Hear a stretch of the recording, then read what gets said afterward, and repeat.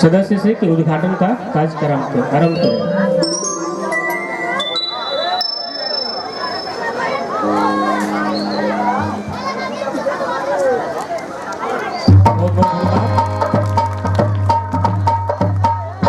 मैं सभी अतिथिगण से आग्रह करूंगा कि अब आप अपने स्थान को ग्रहण करें।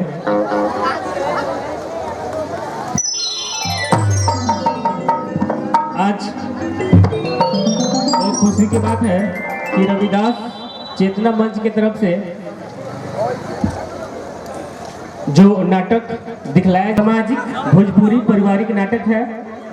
जिसका रविदास चेतना मंच के कलाकारों द्वारा तैयारी किया गया है। तो आज इस नाटक को आप लोग शांति बनाकर देखेंगे और मैं अब चाहूँगा कि हमारे कार्यक्रम को बढ़ाएं। बहुत बहुत धन्यवाद अपने डायरेक्टर भाई को। मैं संत शिरोमणि, मैं सत्येंद्र कुमार, जिला परिषद भावी प्रत्याशी, पत्नी रंजू देवी। मैं मंच पर हमारे पूर्व मुखिया सीताराम सिंह, हमारे वार्ड पार्षद मदन जी और मंचा सिंह, सभी आए हुए अतिथिगण एवं नाटक की पूजा को भी आगे की ओर और सौंदर्यीकरण करने की प्रारूप दूंगा और इस मंच से जो नाटक हो रही है, इस नाटक को भी इन साल से अगले साल भी अच्छे से अच्छे स्वरूप देने के मैं काम करूंगा। मैं इस मंच को इस मंच से अभी ऐलान करता हूं कि मैं जब भी आप लोग 24 घंटा में कभी भी आप लोग याद कीजिएगा, हम आप लोगों के लिए पीछे नहीं हूं। मैं जीतूं या हारूं या कोई मेरा प्रारूप नहीं है। मैं अगर जीत गया तो आप लोगों के लिए मैं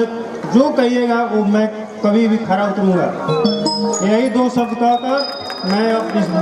इस अपने वाणी को विराम देता हूँ। अभी तो इलेक्शन की टाइम है, ज़्यादा कुछ हम कह नहीं सकता हूँ। और कभी भी 24 घंटा में कभी आप लोग खोजिए, हम आप लोगों के सामने हैं। हर दुख सुख में आप लोगों को लेकर चलूँगा। उपस्थित हमारे भूतपूर्व मुखिया सीताराम जी एवं सत्येंद्र जी एक कमिटी से तरफ से धन्यवाद बा। एक बाद संत रविदास जी कहे थे अपने वाणी में, 3 लोक से अलग है परम पूज्य के भाग, और जहाँ किसी का गम नहीं था वहाँ पहुँचे रविदास। तो उन्होंने अपना कर्म करते हुए धन्यवाद। आज बहुत ही एक महान महापुरुष संत शिरोमणि रविदास जी के जयंती के उपलक्ष्य में आज इस सूरजपुरा की ऐतिहासिक धरती पर नाटक का कार्यक्रम रखा गया है। अगर एक एक मोती को बिखेर दिया जाए तो उसका कीमत लोग नहीं समझ पाता है, लेकिन उसी मोती को किसी नॉर्मल धागे में बिरो दिया जाए तो आपके गले का हार बनेगा, आपसे वो किनने के लिए मजबूर कर। इसलिए आप लोग इनके बाड़ी को जितने ही अंदर जाइएगा उतने बहुत सारे इनका सार है जो हम क्या बहुत लोगों को समझ में नहीं आता है। इसी कड़ी में मैं उस उद्घोष के रूप में अपने बड़े भाई पत्रकार मीडिया वीरेंद्र शर्मा जी को आमंत्रित करूंगा कि संत शिरोमणि एवं इस मंच के द्वारा इस कार्यक्रम के छोटे छोटे बच्चे जो हैं कलाकार हैं, उनको भी हौसला को बढ़ाते हुए अपना विचार प्रकट करें। सबसे पहले संत शिरोमणि रविदास जयंती के अवसर पर आयोजित यह नाट्य प्रतियोगिता, नाट्य आयोजन, जिसके उद्घाटन में मौजूद हमारे अभिभावक सर्वश्री पूर्व मुखिया सूर्यपुरा पंचायत के सीताराम सिंह जी, साथ में कृष्णा जी हैं, बड़े भैया मदन राम जी, इनकी पत्नी जो है उम्मीदवार भी होने वाली हैं जिला परिषद की। इसके अलावा और 2 छोटे छोटे भाई मित्र हैं, मुन्नू चंद्रवंशी जो हम लोगों के साथ हमारे छोटे भाई हैं, कई बार रंगमंच पर सहयोग भी उन्होंने किया है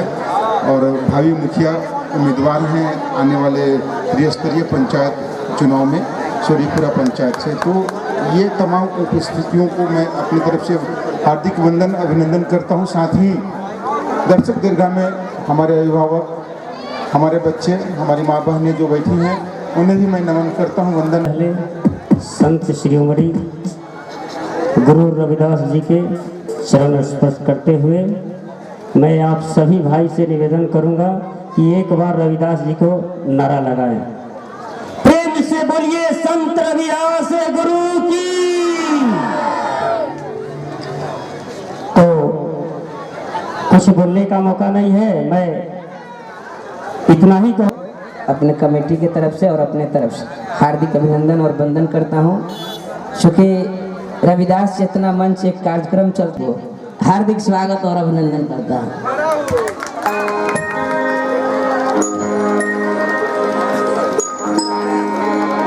आज बहुत खुशी की बात है कि हमारे मंच पर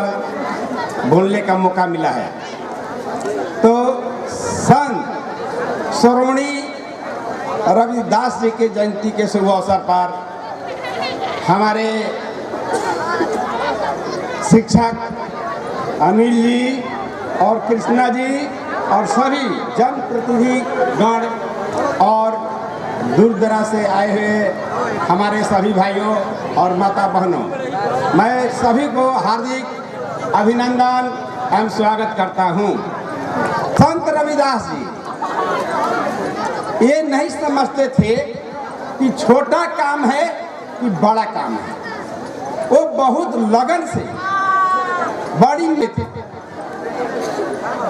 वो छोटा काम तो छोटा नहीं होता है, वो समझकर हमारे संत रविदास जी ने काम किए। उसी तरह से हम यही कहना चाहते हैं कि उन्हीं के सिद्धांत पर हम लोग भी छोटे काम को छोटे न समझें और उसी तरह से हम लोग ही चलने का काम करें। और हम एक बात और कह देना चाहता हूँ इस मंच के माध्यम से कि 5,051 रुपया अपने कमेटी को दे रहा हूँ और संत रविदास जी के जयंती के शुभ अवसर पर जय हिंद, जय भारत। बहुत बहुत धन्यवाद। और मैं अपने तरफ से फिर से दोबारा चरण स्पर्श करता हूँ अपने पूर्व मुखिया जी को। मैं कल भी एक दुआ बोला था और आज भी बोल देता हूँ, शायरी है। फेंक दो उस पत्थर को जिस पत्थर में छेद हो, फेंक दो उस पत्थर को जिस पत्थर में छेद हो, जला दो उस लंका को जहाँ भाई भाई में भेद हो। आप लोगों से मेरा गुजारिश है, कमेटी की तरफ से गुजारिश है कि आप लोग कृपया बैठ जाइए। मेरे सामने जो भी खड़े हैं मेरे भाई बंधु, मैं आप लोगों से प्रार्थना करता हूं कि बैठ जाइए या और किनारा हो जाइए।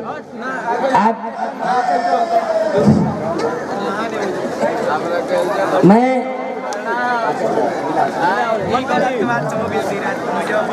अपने पूर्व जिला परिषद के भावी प्रत्याशी रीता देवी के प्रतिनिधि एवं पूर्व मुखिया श्री सीताराम जी के तरफ से जो अपने मुखारबिन से उद्घोष किया गया है राशि का, उन्होंने इस कमेटी को हैंड ओवर कर दिया है। मैं अपने तरफ से बहुत बहुत धन्यवाद करता हूं और गुरु जी से निवेदन करता हूं, प्रार्थना करूंगा। 5,055 रुपया इन्होंने सहयोग राशि दिए हैं। मेरे छोटे छोटे भाई जो इस कड़ी मेहनत करके इस प्रोग्राम को सजाने का काम किया है, इस राशि से उन लोग को सहयोग होगा। मैं इसी बात के साथ इस उद्घोषण कार्यक्रम को समाप्त करता हूं।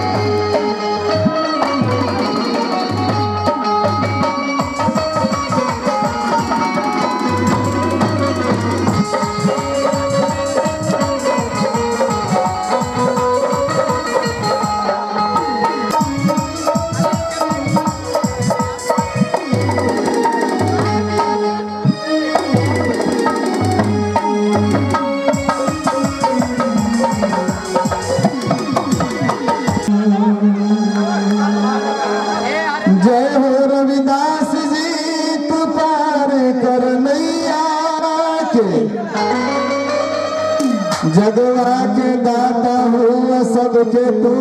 सहारा दा। आरे चुगलन चुहारन से चोर भथियारन से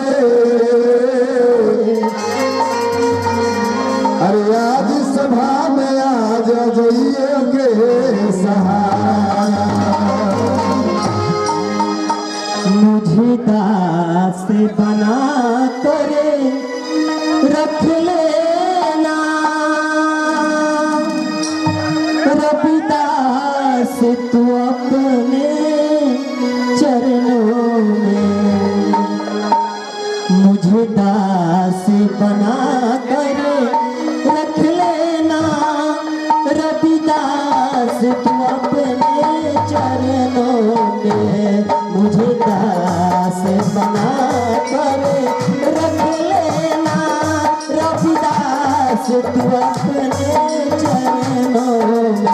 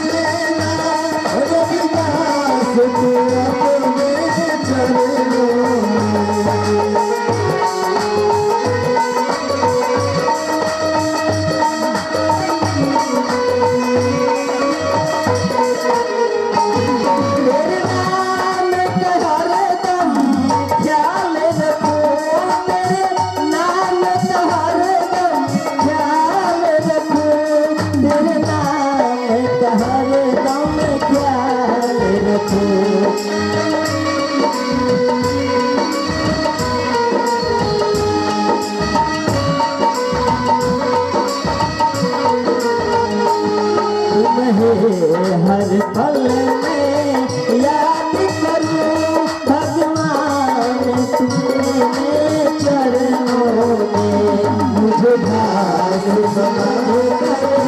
रख लेना रविदास तू अपने चरणों से बना कर रख लेना रविदास तू अपने चरणों में मुझे दास बना कर रख लेना रविदास तू अपने चरणों में मुझे दास समझ कर रख लेना रविदास तू अपने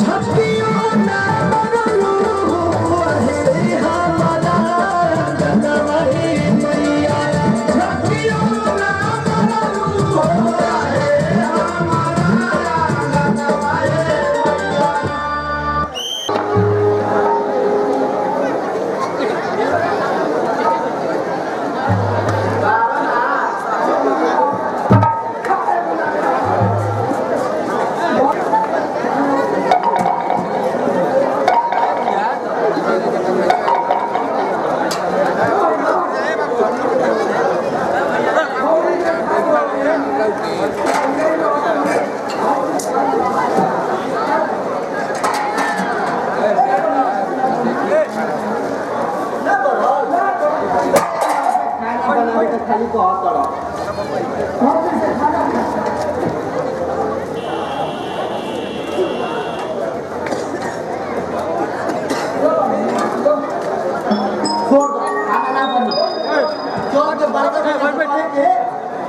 भौजी के लिए अलावा कैसे कि हमने खाना बनाने देखो तो कितना दिक्कत होता। हाँ मोहन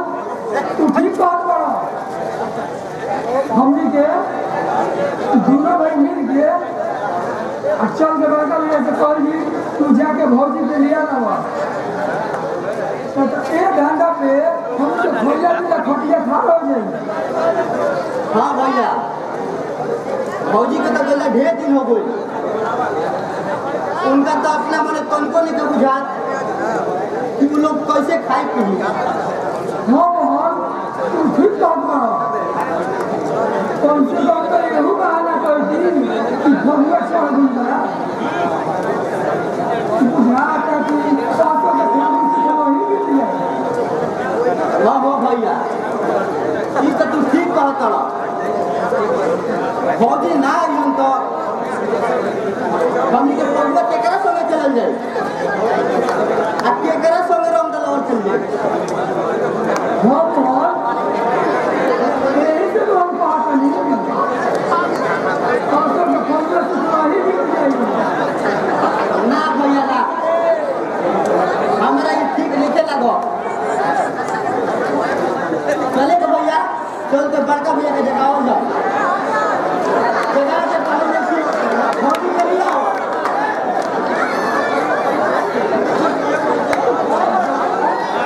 भैया भैया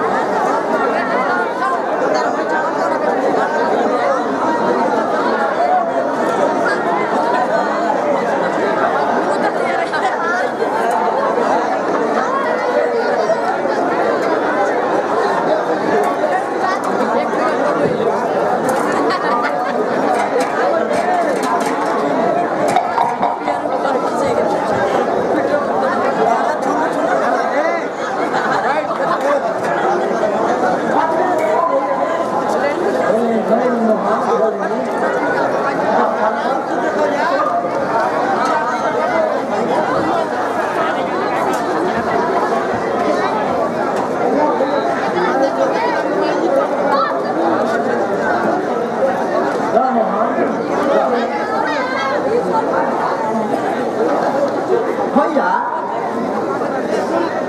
क्या तू भौजी के ना ले आइबो का मोहन ठीक बात हमने खाना बनाने में बहुत दिक्कत होता है। खाना नहीं बनाया आराम से देखो तो। हाँ भैया हम लोग खाना नहीं जाता क्योंकि को समझ जी दिया हो हाँ बबुआ तुम लोग ठीक बात बढ़ा जा बस 2 दिन और धीरज रखा जा। ठीक है भैया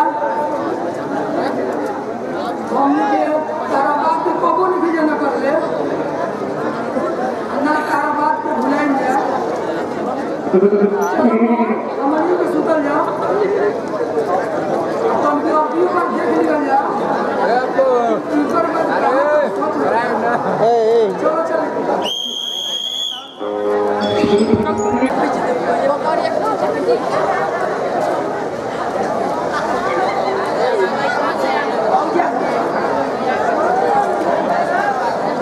भैया प्रणाम भौजी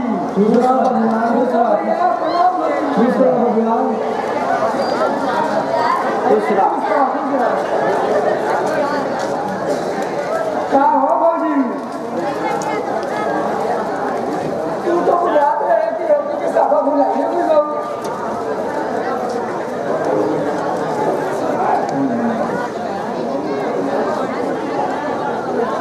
बबुआ रौदा सके हम तो भूला सकिला बाकी क्या कहूँ? हाँ बाकी कहबू का ओजा से मन भरी तब न अबू उनका ये ना बुझात रहे ओजा श्याम मोहन कैसे रहत मिल जा बबुआ ऐसा तो बात ना रहे जब हम आवे कहत नहीं लाई हमें आवे से रोक देत रहे क्या करी माया में फंस गए फिर भी कुछ कहल ना जाता भौजी का तू दुखिया के ना ले हो हाँ भौजी रेणु का प्लेगा वहीं का छोड़ दे हाँ बबुआ क्या करूं जब रेणु के लिया वे कहत रही तो माई रोवे लगत रहे कहत रहे कि रेणु के हमरा भी छोड़ दो रेणु हमरा के सेवा करी अजान का बबुआ मम्मी कहत रहे कि हमरा खाना पीना बनाए में मदद करो हाँ भौजी ये तो बात है जो बात जो तो अकेले ही तू बात रेणु रहे तो हमें खाना पानी दे रहे हाँ भौजी एगो इहो बात बा जोने घर में एगो लड़की ना रहे वो घर भूख से घेरा नहीं लगेगा हाँ हाँ काहे ना भौजी मोहन ठीक कहता जेकरा घर में लड़की ना रहा ओकर घर ठीक ना बनेला ऐसे कि लड़की साक्षात लक्ष्मी के रूप वाली सब तो बताओ लक्ष्मी के बिना घर ठीक लगी हाँ बबुआ रंगे लोग सब ठीक कहता लोग ठीक ना लगेला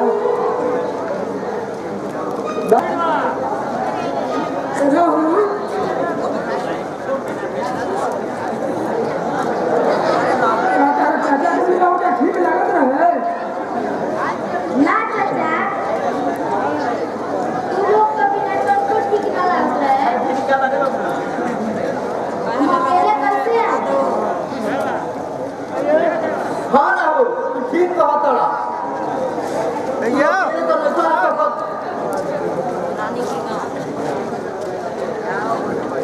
हाँ चाचा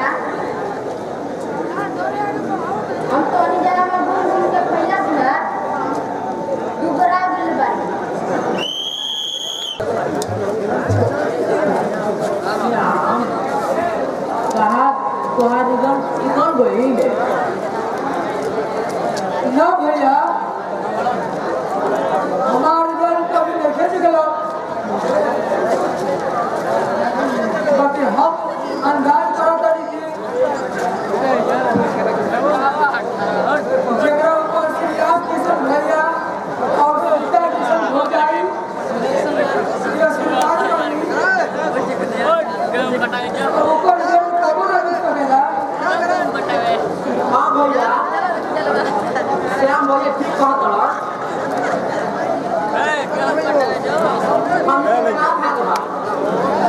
जौन की अपना भैया भैया और बहन मिल रहा था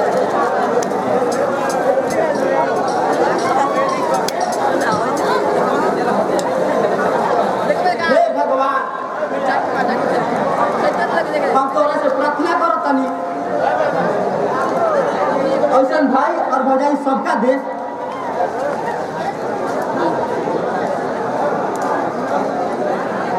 हाँ मोहन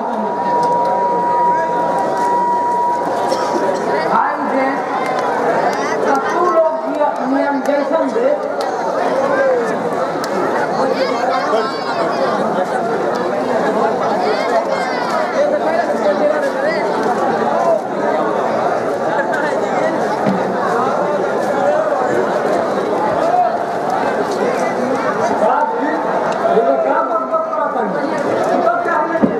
ना सीता ना हम वक्त ना हम काम से बात करते हैं हम तो से आमू से पूछनी है इनका रिजल्ट के बारे में। हाँ भौजी, हमने तो भैया कुछ डिस्टर्ब नहीं करा।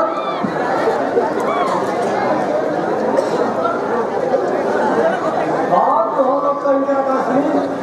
पानी देता है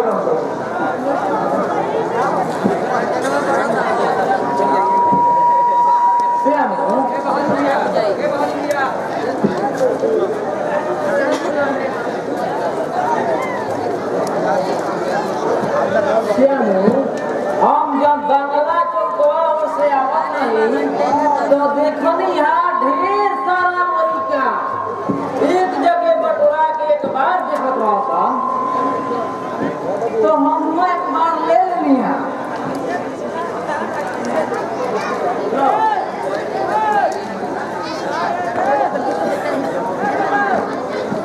तो निकोड़ा के सुनाओ तो क्या समाचार बा?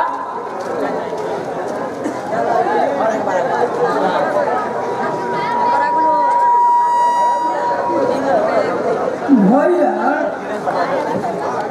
एमे तो हमारा रिजल्ट निकल गया हो।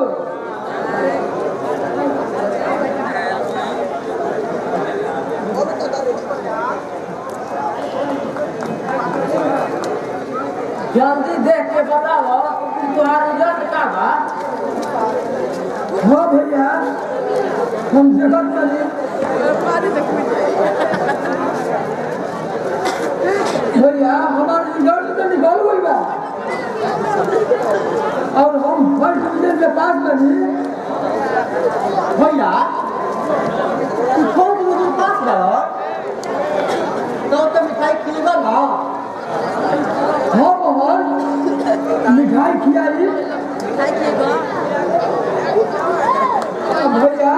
तुम गलत कहने दो। हम फर्स्ट डिवीजन से पास बनी पहले तो सुन लो ना का। अरे मर्दे हमारा तो खुशी के मारे हौसले नहीं के जा ना कुछ बोल जाता। खुशी हमरा से क्या नहीं कुछ आगे सोचल जाए। रुका मर्दे तू तो खातिर अपने घूम रखले रहे। हाँ हाँ तू तो बहुत ठीक बात मार।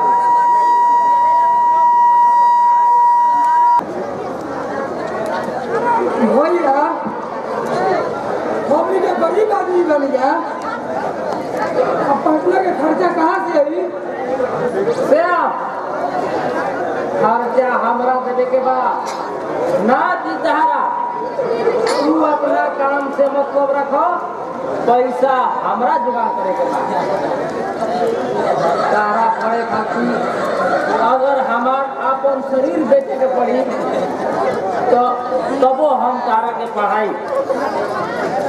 हाँ भैया भैया ठीक कहत अगर तोहर पढ़ लिख के नौकरी लग जाई तो हम नहीं तो पढ़ लिख जाइए। श्याम अब तू काल जाए के तैयारी करो हम पैसा के उपाय कर दे। हम काल सेठ के पास जाई आ तोहरा के पैसा मांग के ले आके दे। ठीक बा भैया अब सुतल जाओ। ए भौजी तू हमारे के पटना जाए के तैयारी कर दियो।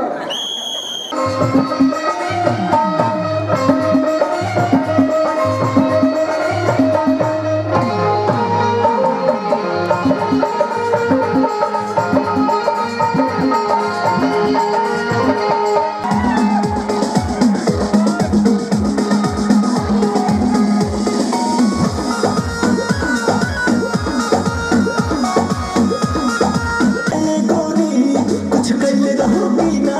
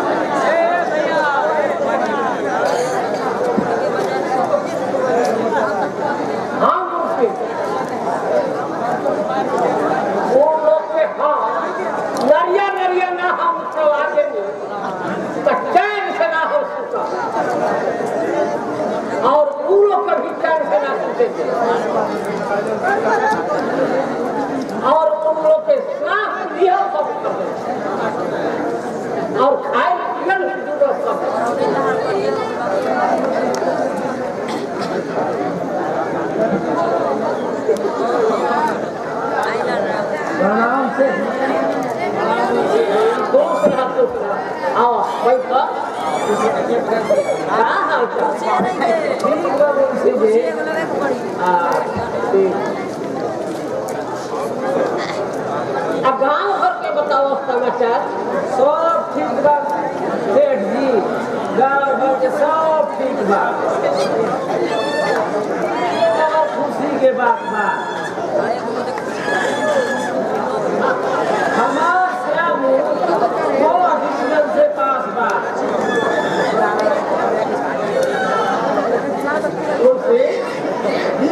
हाथ आगे कुछ भेटाई जाए। हाँ भेटाई।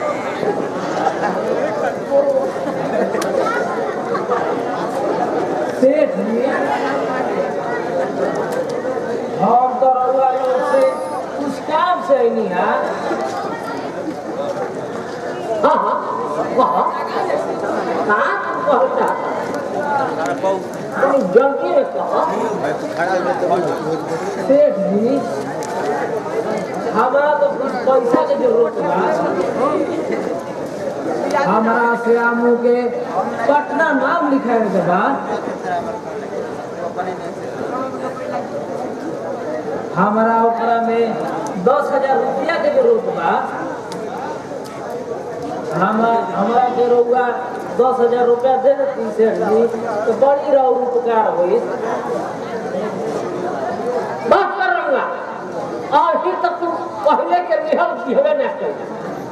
अफीन लेवे खातिर से चले हो मालिक सब जानत बानी बाकी हमरा 100 रुपया लौटा दे लेकिन आज हमरा के रुपया दे दी सेठ जी देख काती दे आके दे दे और ऊपर से मांगते बड़े क्या करो मुझे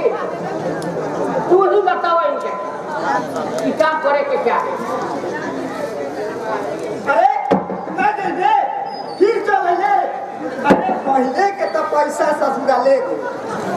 अब तो चुकइबे ना कइल अब फिर चले ले जा दुकान में तू दे कि ना ना मुंशी जी ना ऐसा मत करी दया करी मुंशी जी हमरा 100 रुपया लौटा दे रामो तू जल्दी यहाँ से चल जा नहीं तो हमरा जवान हटाए को पड़े धक्का मार के ना मालिक हमारा भाई के जिंदगी के सवाल मालिक अगर रुपया पैसा दे दे तो हमार भाई के जिंदगी सवार जाए हमरा पाँव पड़ता नहीं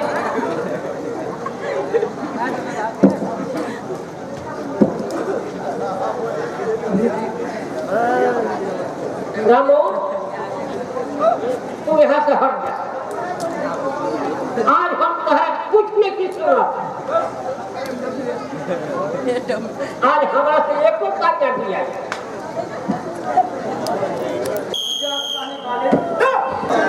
तैयारी का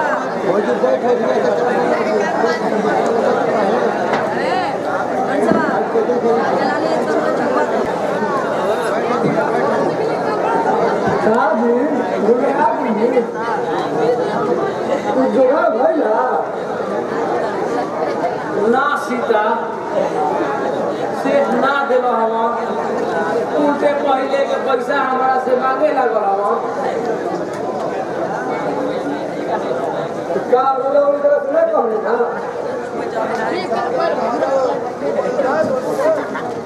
सब पैसा चुका दिए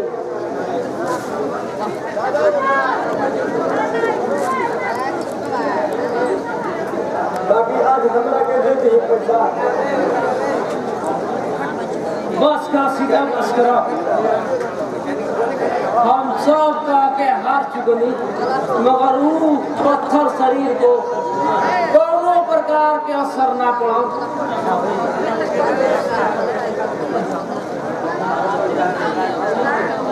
तू ही बताओ सीता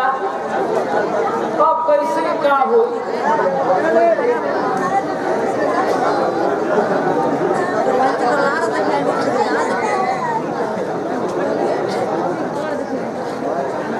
भैया अब चल जाओ ना हाँ श्याम चल जाई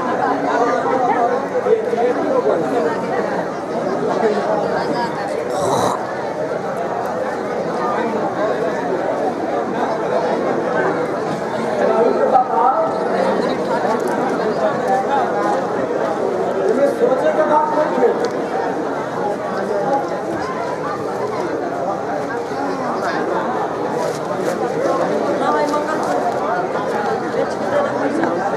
ले जाई बाजार में बेच आई असलाम बबुआ के पटना भेज दी पढ़े खातिर ना भौजी ना उसको वो नहीं हो सका कि हर औरत के अपन प्रिय सुहाग चीज होला एकरा के हम ना बेचे देंगे ना भगवान ऐसे मत कहो कि हमार सुहाग चीज जरूर हो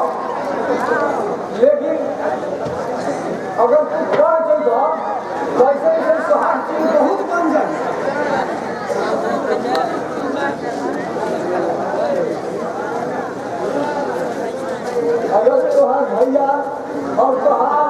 दोनों जना के प्यार रही ऐसे ऐसे मंगलसूत्र समझ के तू हमें ना लगाओ ना सीता ना ना ना ना हमने के अपन फायदा खातिर तोहरा साथे ऐसा शुरू हम ना करब देखिए रौला अपन माई बाबूजी के मरला के बाद अपन भाई श्याम मोहन के बेटा समाज जलने बनी क्या हम श्याम और मोहन खातिर कुछ कर नहीं सकिना क्या हम अपन पिता किशन देवर खातिर अपन हृदय छाड़ा नहीं कर सकते ठीक बा सीता जब पूरा मनरूप सदा तू साक्षात लक्ष्मी बाबू सीता सच में कहल जला चिड़िया के चरित्र और पुरुष के भाग ई कोई ना जानेला आज तू तो सच साबित कर देलू तोहार महिमा परंपार बा तोहार चरित्र के गुणगान दुनिया के मुंह ना थक पाए ठीक बा सीता अब हम जात बानी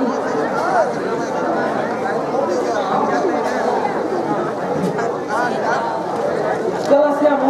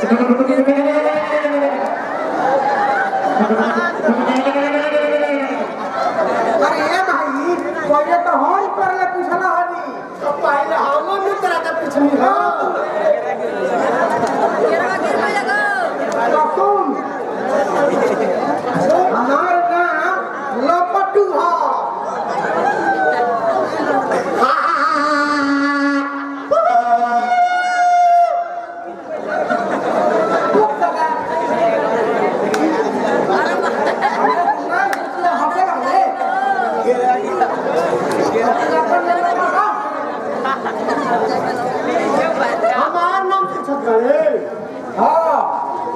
सुन हमार नाम झपटी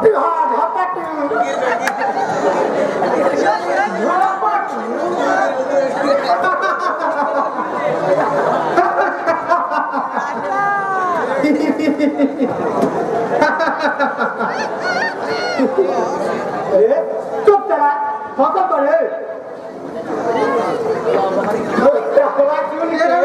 अरे सुन पहले बात सुन के तो तुम्हारी हम लोग हंसे लगा रे हमारे काय की बीमारी बजा रे तू हमारा नाम सुन के काय हंसला रे हंसली हो क्या करना सुनियो अच्छा ये बता तेरा गांव के नाम क्या हो हमारा गांव के नाम हमारा गांव के नाम लपटपुर है लपटपुर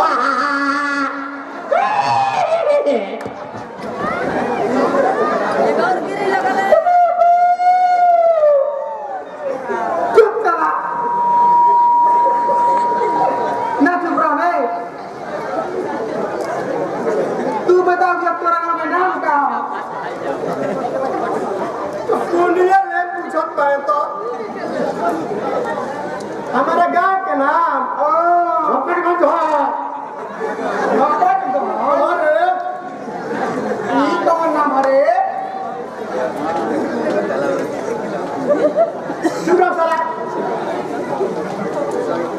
अभी बता कि तो नाम लपट क्या है पड़ल है जब हम बोल होते के रही तो हमार माई लो पोलियो का पूरा नाप पिलाइले रहे यही से लंगड़े लगो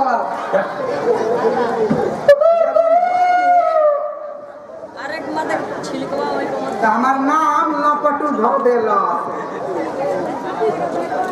एक हम लपट लपट चल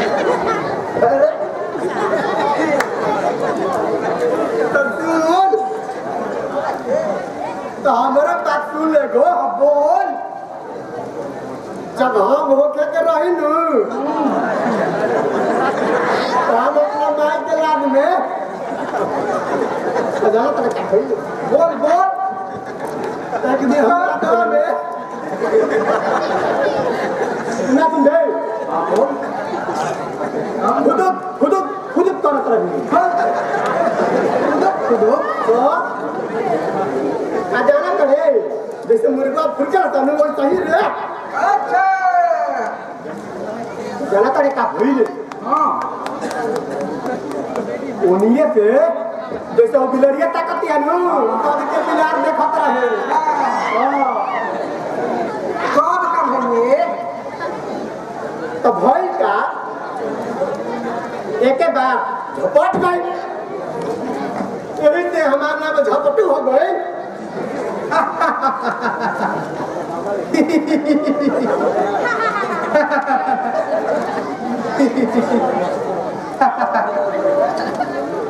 बार बार कहा चुप जाओ सला तो मलेरिया होगी बा अच्छा झपटूला बहुत प्यार से बोले बात यार तनी ये हमरा के बताओ तोरा गांव के नाम हपटगंज का है पढ़ू अब नाम भेज चुप जा बात ई सब हुनकरा ने पुरानिया नहीं जाने लन हुनकरा हां अब तू ही बताओ चोरा गांव के नाम लपट काहे पड़ल है तो सुन अगर तू पढ़ल लिखल होखबे भाई रे तो जानो तो एक बार अमेरिकन हो हिरोशिमा पे बम फटक देना है अच्छा पैदा होई नु होबे तो ओहिजा के लोग आज पैदा होलन नु अच्छा तो लंगड़े और यानरे वो खेला कैसे कैसे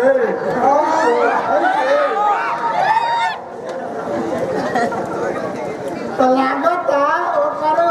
थोड़े गांव बागी रहे अरे ससुरा वही तरह क्या भाई नु एक दिन पाकिस्तान नु अच्छा हमारे गांव पे बम फेंक देला वही दिन से नु हम लंगड़े लगनी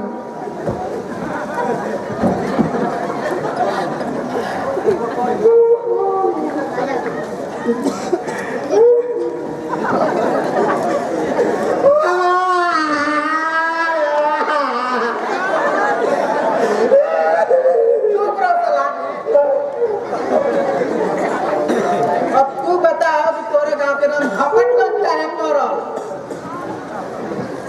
तो सुन हमारा गांव के नाम झपटगंज से पड़ल कि हमारा घर में एकर पालन होला मुर्गवा के तो का हम बोलू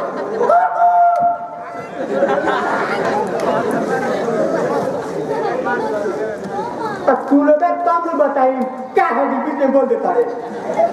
बोल ना रे बोल तेनु बनी देख जानत है कि लेकिन हम सुनले बात करा के बताई वही चलते जाने तड़े का होला जब मुर्गा अपना मनानी में से निकल जाला सर तो उन्हीं के जानते धरे ले कैसे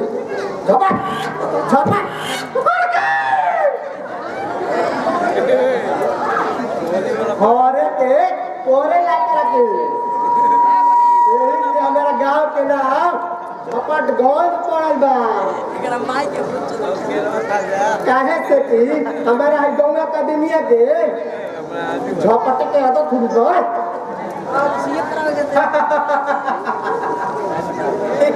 पैसा होता के बोले चुप रहो दो जाते घर जो ये तो बहुत है कोई कम होई आज से हमने दोस्तों ने की बाय बाय ना मिलेंगे तो बाय बाय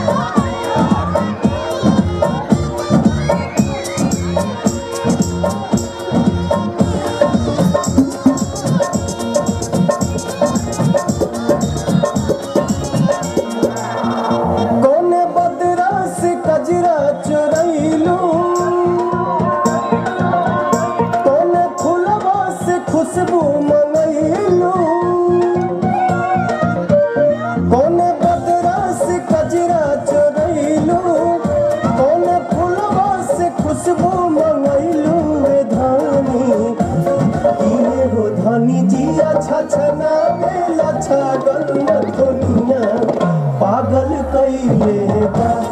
ये हो धनी जिया छछना लछा दुनिया पागल कैले बा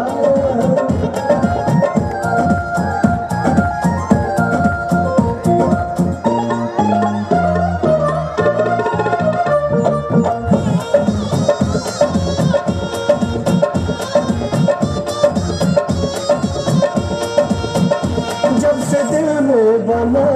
ले बाड़ू तू घर हर जगह अब तया बेलू तू ही नजर मेरा चित चोर ऐसन असर कर गई तब से आवाज दिल दीवाना भइल बोली लागे जैसे सुगनिया चाल में लागे फिर के हिरनिया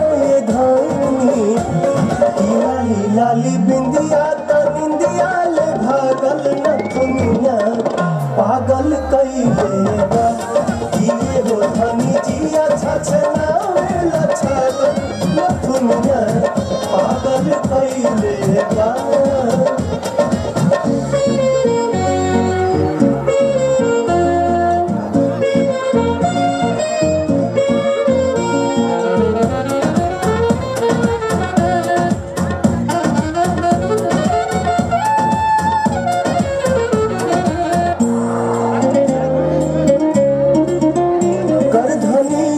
कमर में झमक जाला हो ओके बेकाबू मन ही सनक जाला हो हर अदा हर कला से सहेजल हूँ हमरा नादानी धरती पे भेजल हूँ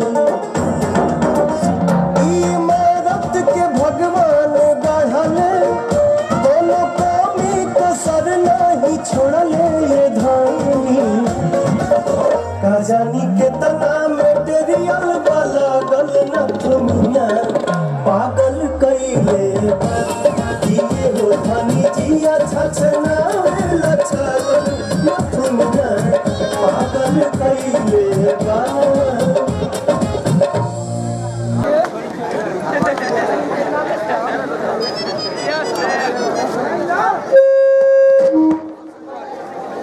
हो रहा है हाल चल रहा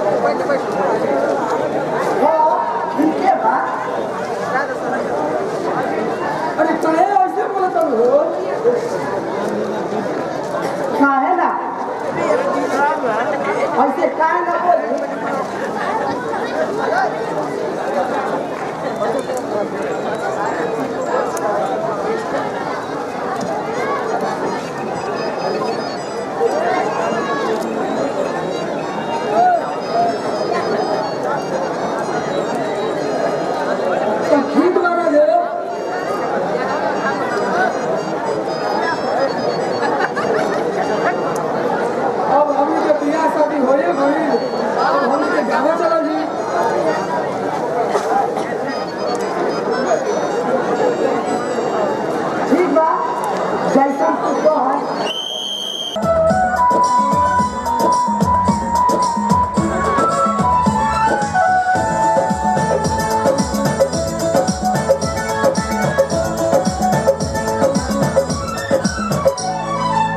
सुखता नस तो पिया तो तनी रस न तो जाम हो जाई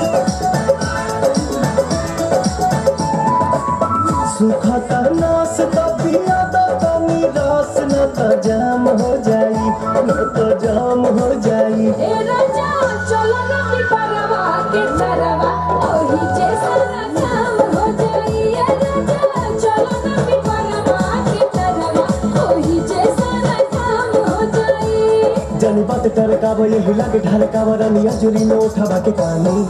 तेज बात को सबरा जाई रूप देखो गार खोस जवानी राजा चलो ना परवा के सरवा ओही जैसा काम हो जाई ए राजा चलो ना परवा के सरवा ओही जैसा काम हो जाई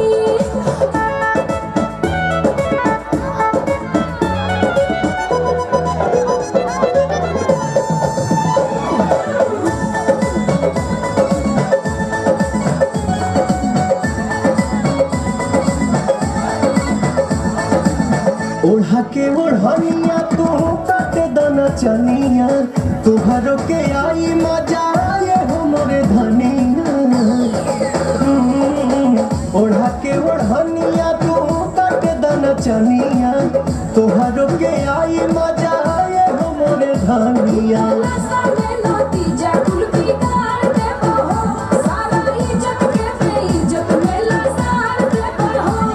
कहीं तना डेरालू तू तो झूठे अगर आलू रानी कहता नहीं बात हम सही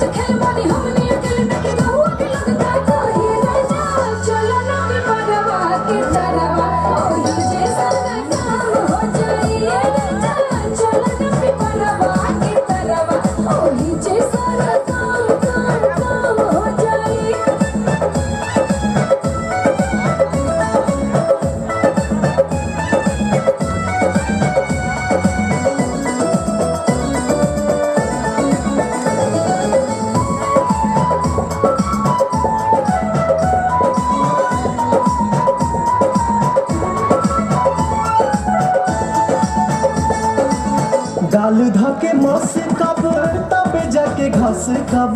सपना में देखल चीजे सोझावा से चस कब गाल धके मस कब तबे जाके घस कब सपना में देखल चीज सोझावा से चा मोरे सकब सोना मोरे हीरा तू तो बड़ा पगलाइल लागे मोना मोना बात कुली बोला तू आइल बट खड़ा दोपहर मन मारता लहर रानी मनवा के कैसे मनाही छोड़ जाए जाए जाने चल खैला ने मना